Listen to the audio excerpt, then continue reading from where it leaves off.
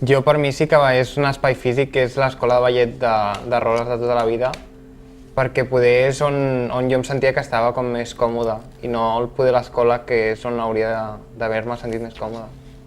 Ho vas triar tu, anar a l'escola de ballet? No vaig triar-ho jo al principi, però vaig triar de quedar-m'hi, perquè m'hi vam apuntar amb 2 anys i ja m'hi vaig quedar. I què et dona tu l'escola de ballet? És que a mi per ballar ho és tot. I poder també vaig passar una època que ho passava malament al col·le perquè com que era el que feia ballet se'n reien de mi, però en canvi quan estava a l'escola no se'n reia ningú perquè tothom estava allà fent ballet i per ell li agradava.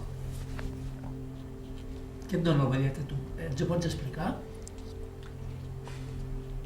És que és una mica difícil d'explicar, però és com que quan estic ballant desconnecto de tot i és només el ballet.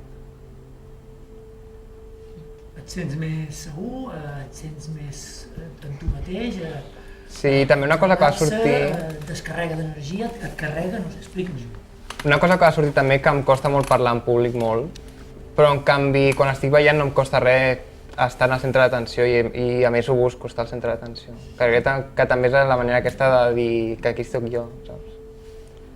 És la teva forma d'expressar-te en seguretat. Sí, es podria dir que sí. I els teus amics?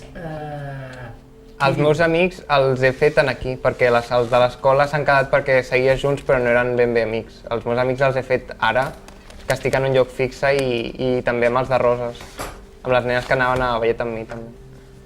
Però ara quan vaig a Roses els únics que veig són les nenes de ballet, els de classe quasi no els veig ja.